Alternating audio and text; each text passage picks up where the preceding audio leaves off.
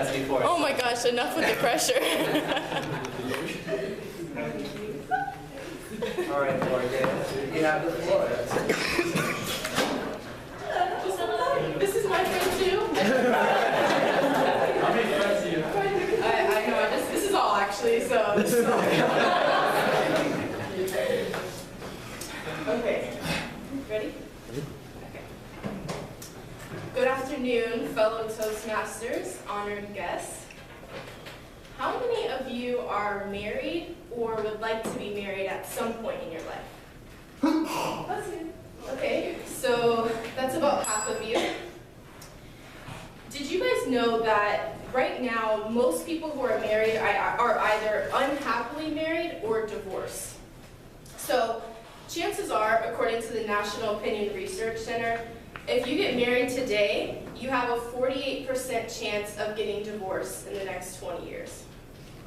If you stay married, 40% of the married couples who stay together say that they're unhappy in their relationship. Why is that? Is it because they picked the wrong person? Are people growing apart?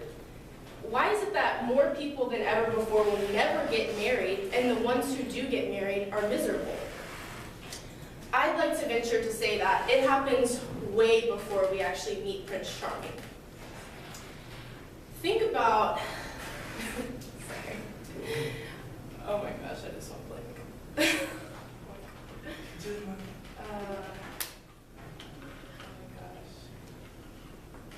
is exactly what I thought was going to happen.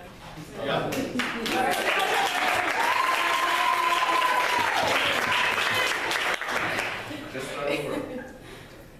So, Prince Charming. Think about yes, Charming. Happened before. Okay, so, oh my gosh. Okay, no, I got it. All right, for real, the speech starts right here. Get ready.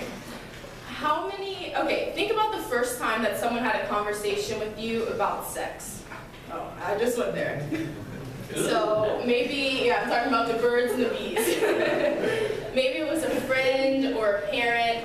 For me, it was my best friend's older cousin. It's always the cousins. The way she explained it to me, and I was very young, she basically made it sound like this secretive but exciting thing that you do with someone you love. When you're finally old enough to get a boyfriend or a girlfriend, this is just something that you do.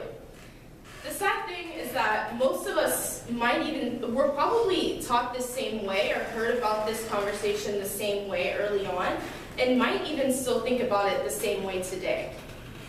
It wasn't until more recently that I started to realize just how important this level of intimacy is that our society has started to undervalue. And there are many reasons that show that we have desensitized this topic. Think about the number of people I mentioned, how many people are either unhappily married or they're currently divorced. We have, one thing that I learned when I came out of a 5-year relationship was the importance of sex in a relationship, and also not just in a relationship, but why it could be so important to wait until marriage to have sex, which is a crazy idea because most people would think this is just maybe an outdated idea. I mean, this is 2019. You're probably thinking, do people even do that anymore? Are we in Bible study? What is this? What's this conversation for? So, here's my point. When you have sexual intercourse, or you share a sexual relationship with another person, you create a connection with them, and most of us don't even realize it's happening.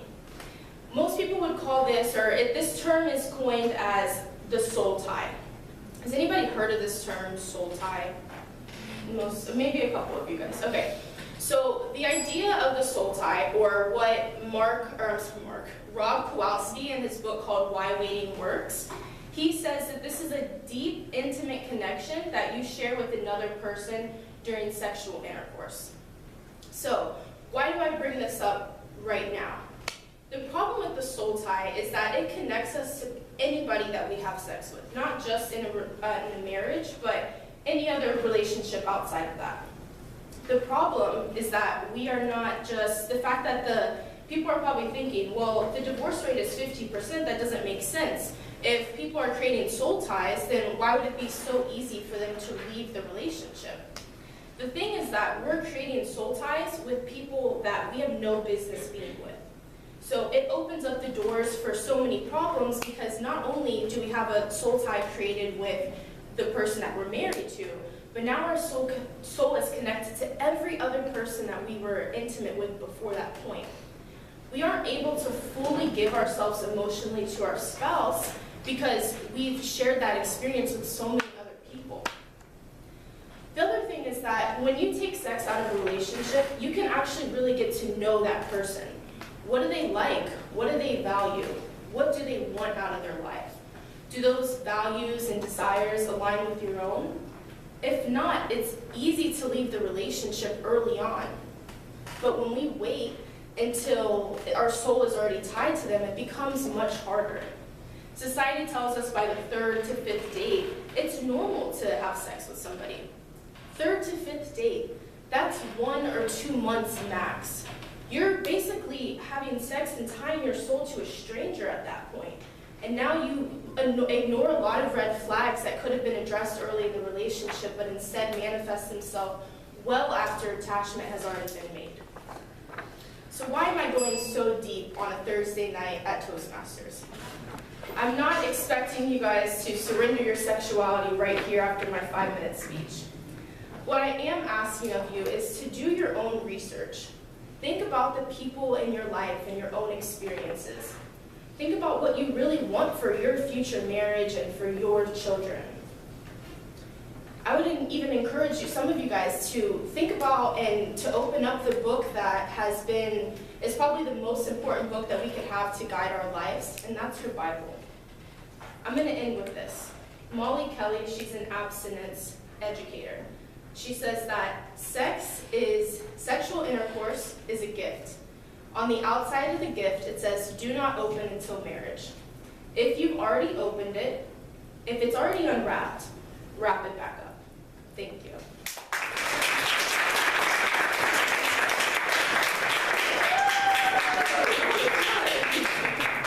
It's okay, Morgan, like, everybody has done that before where, like, you slipped up. It's fine. And you fix yourself and you correct